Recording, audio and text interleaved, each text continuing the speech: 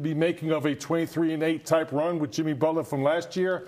4-1, could easily be 5-0, but they got a day off in an early game in Charlotte. So starting to see some consistency, some continuity. And I think most importantly, the bench, the youth and athleticism is starting to show itself. But we got a clutch win. Bunty, what's the wait? You got to tell me what the record is. Now what's the 7-12. 7-12 in clutch games so far. This is a win that you could be happy about because it's a bounce back from last night. You attack the paint as opposed to shooting threes. It kind of seemed like the Brooklyn Nets and the Warriors switched roles tonight because the Warriors are attacking the paint tonight, score 56 points in the paint. The Brooklyn Nets shoot threes. They shot 18, they made 18 threes tonight, so the Warriors are going against both those guys. Denham was incredible. Michael Porter Jr., he really came into the game hitting a lot of shots. Cam Thomas came off the bench, was hitting shots, but the Warriors did a good job rallying. Taking care of the ball for the Warriors is paramount, and at this point in the season, trying to get some wins and stack wins, this is the discipline you want to see moving forward. Yeah, you mentioned a 9-0 run there, 98-95 for the Warriors in the fourth quarter.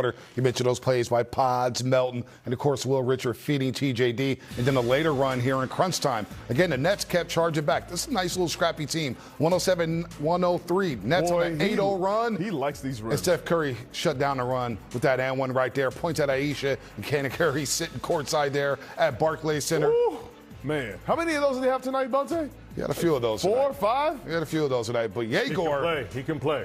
Man, he's a problem. The young man out of BYU, 23 points in the starting role, made 7 threes. All 7 of his field goals came from the three-point line. We see the Warriors getting back in transition. Will Richard with more winning plays.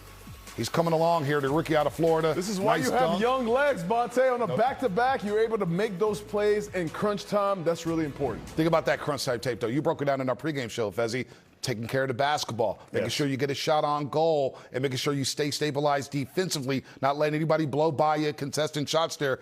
Much better in crunch time tonight than they were yesterday in Toronto. That is the game plan. In crunch time, in those tight moments, this is where your experience plays out. You get great shots, you get the rebounds, you take care of the basketball. I mean, those are the things that you want your defense to be set on the other end so you don't turn the ball over.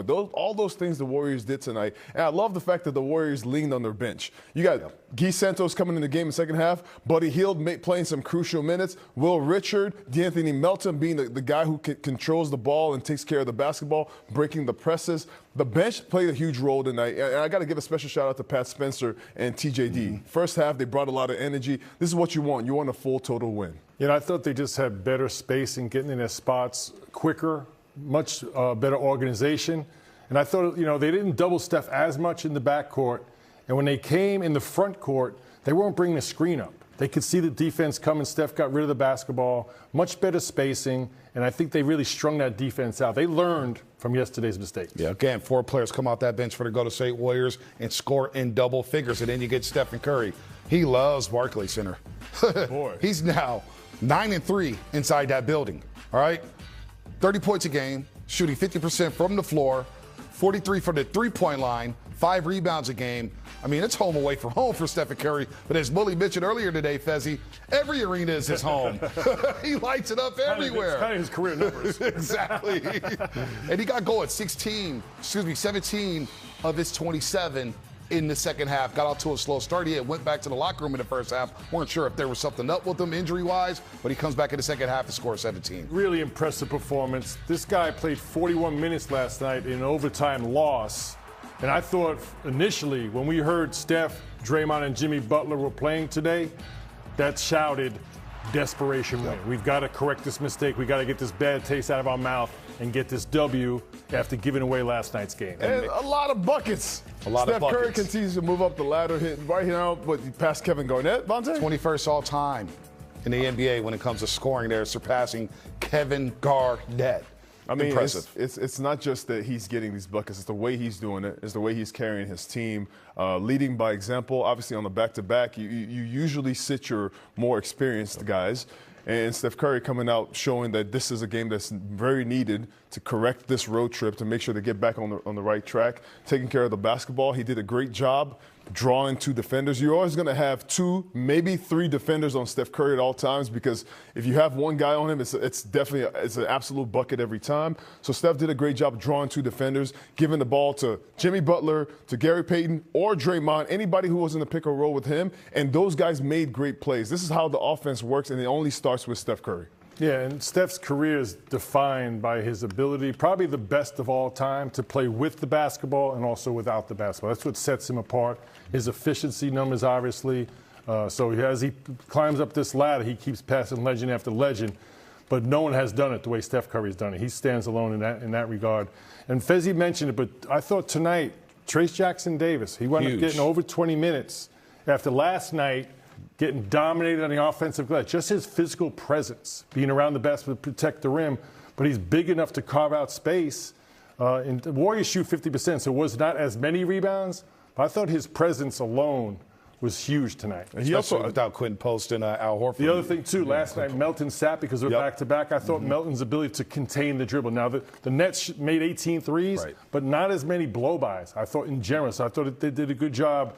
The scouting report not closing out to non-three-point shooters, but not giving up those straight-line drives. Also having an extra ball handler out there, which they didn't have yesterday in Toronto with DeAnthony Melton. But then don't forget about Jimmy Butler. Folks, Jimmy Butler in that third quarter, 4-4, 13 of his 21 coming in that third frame. And he helped lead the unit with Stephen Curry and Draymond Green on the bench. That's why you see DeAnthony Melton at plus 26. That's why you see Will Richard at plus 22, because Jimmy Butler was the focal point, getting everybody involved coming off that Warriors bench. I thought it was a very solid night for Jimmy Buckets, Fezzi. Great connector. Jimmy Butler tonight played it well. Really incredible all-around game, getting to the cup. That's on a big man right there. That's on Claxton. You know, having that strength and that ability to drive to the rim. A lot of fouls at the rim by Jimmy Butler, just being physical, 11 for 12. You know, those are the things that you need, and this is why the Warriors outscored them in the paint, 56-30. Felt like he had more than 4 assists.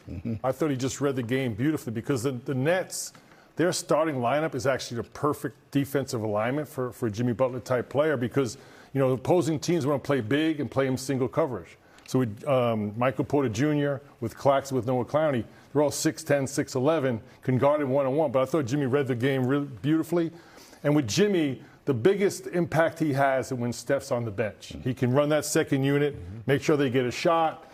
And I just thought he did a really good job. Obviously, getting to the free throw line 12 times is huge. Yeah, he made 11 of those freebies here, but it's all about the bench tonight, in my opinion. Fezzi Phil, they come off the bench in that first quarter. They were down 28-15, and we're thinking, here we go again. 5 turnovers in the first half of the first quarter, but the bench comes up huge. They shoot 61% from the floor. 56-30, excuse me, 58-27, a plus 31 when it came to bench production. And that was everybody. Again, 4 players, Fezzi, off that bench in double figures. Pods was solid, Melton was solid, Richard, and your boy TJD. I just thought that this is the perfect night to lean on your bench. The Warriors bench is top 5 in the league in scoring, and this is GP2, this is Will Richard, DeAnthony Melton, obviously TJD, Pods.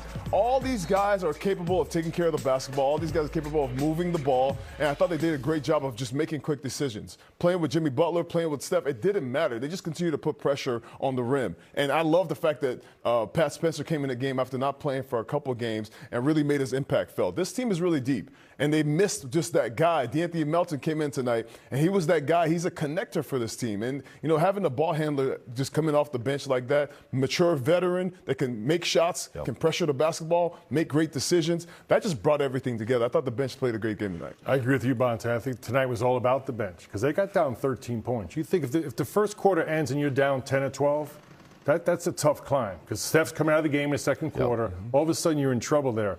But they came in and immediately, flipped that game around, and it was basically all the guys that didn't play huge minutes last night. So they came in fresh, and this is what they need to do every night. Now, they need to be used more to be able to do that, but the young guys on the bench are there for a reason. It's to bring energy and effort every night, not just on back-to-backs. So when you get on that floor, this is your job to pick up the veterans, the experienced players, especially on back-to-backs, but you need to do it every night. 15-2 run in that first quarter there to get back in the game. Gary Payton II, we didn't mention him. He was the first guy off that bench, scored a quick 5, and brought the intensity there for the Golden State Warriors as they bounce back. CD. And see Chris DeMarco. It's been real, buddy. We'll hear from him, as well as Steve Kerr as the Warriors bounce back in Brooklyn. More coming up on Toyota Warriors Post Game Live.